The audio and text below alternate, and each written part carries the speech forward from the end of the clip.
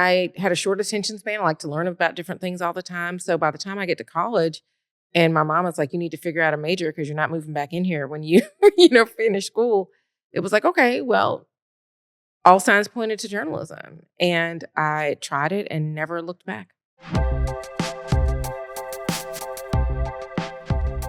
I love this question because I love Atlanta so much. Like, I mean, people within moments of meeting me, I'm going to figure out some kind of way to work in the Atlanta of it all because I am a devout Atlantan. I really mean that. I was a practicing Philadelphian for about 9 years before I moved back to Atlanta this summer. So, yeah, I mean, Atlanta, the thing about Atlanta is that, as a young Black girl growing up there, I just had so many examples of Black excellence, not as like an exceptional thing, but just as completely normalized. The expectation from everyone for all of us was that we could do anything, we could be anything, and that we would do and be anything. And that we also were doing, whatever we were doing, uh, would be a credit to the race, would be a credit to the city.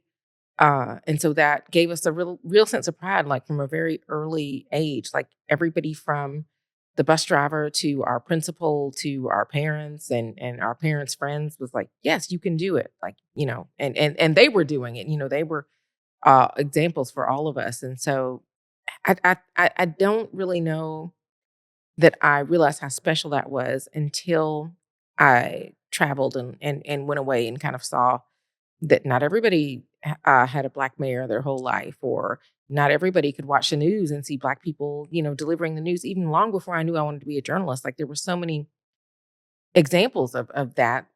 So like it was presented to me as an option of something that I could do, right? And that was not always the case. I realized in a lot of other places. When I went other places, I would be surprised to not see that was not the norm.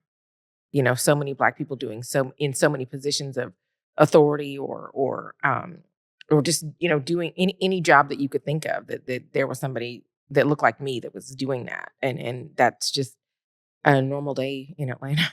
If you can see it, you can be it. Yeah, Which absolutely. is critical and one of the reasons that our Work Friends franchise exists, because I grew up in a place where I don't know that I saw as much diversity of career. There just wasn't as much industry where I grew up. And so it was really like doctor, lawyer, banker, or mom. Yes. So I'd love to hear more about the examples of like work and career that were modeled for you, and how did you understand that, or when did journalism come into the mix for you? Was that Sure. So, when I was growing up, we would sit down for dinner and we were not allowed to watch television while we ate dinner unless we were watching the local news. And so, of course, I wanted to watch television. So I would say, yes, let's watch the news, turn it on.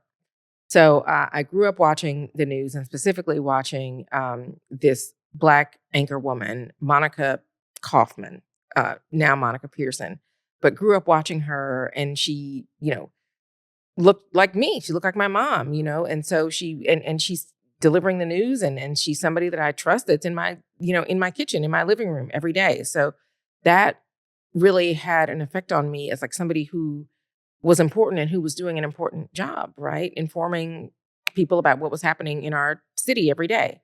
And then, the other thing that I think probably had an effect on me was that we got our hometown little paper every week. It was called the South Fulton Neighbor. And, I got to see what my friends were doing. I got to see what my friends' parents and other people in my community were doing. If I did something at school or in one of my extracurricular activities, maybe that would make the newspaper, or one of my friends would be in the newspaper. And so, like, the importance of local news was something that was instilled in me, like, really, really early on. I think my curiosity, or maybe, nosiness, depending on how you would describe it, was encouraged from like a really young age. Definitely one of those people, I don't know if you ever see those memes on social media, like, were you one of those kids that got in trouble for talking too much when you were in school? That was definitely me. So like anybody who is having that experience, you have a bright future in journalism. And I had a short attention span. I like to learn about different things all the time. So by the time I get to college, And my mom was like, "You need to figure out a major because you're not moving back in here when you, finish school." It was like, okay, well, all signs pointed to journalism. And I tried it and never looked back. It's actually remarkable that you knew from such a young age. I think that, I mean, I think the seed was planted. I mean, look, I don't want to sit here and pretend like I had ink, was born with like ink in my veins or anything like that. But I was good at writing. I liked talking to people and asking people a lot of questions. And I liked learning about new things all the time. Now, did I know that was going to translate into a career in journalism? I did not until I got to college.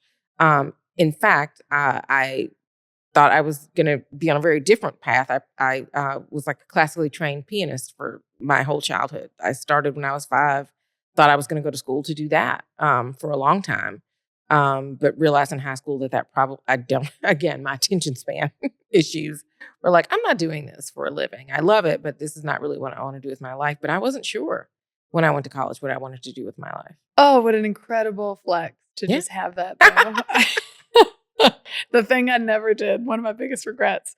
Yeah, I mean, I think that I studied German growing up, and I lived in Germany, and they take a gap year between high school and college, Yeah. which I think would be so helpful. Yeah. To your point, yes, you were drawn to journalism, but that can manifest in so many different ways and to so many different careers. And so I think the real world experience coupled with academia, coupled with exposure, like that's sort of the necessary for me, like the way that I operate, that's sort of necessary to help guide and Absolutely. shape where we land. Yeah, I think that's right. I mean, I think when I was like the internships that I did when I was in college, those were formative for me because I mean, so and so much more. Not that I didn't have a great education, I did. Shout out to Oglethorpe University, but I really loved, those summers when I was in a newsroom doing the work. Like I was so excited and so like ready to be doing that. It's like, wait, I can get paid to do this for a living? Mm. This is great. Go out, meet somebody. They tell me about something I had no idea about. I come back and tell everybody else. It's like this is a living. Like that I was hooked pretty much from the beginning.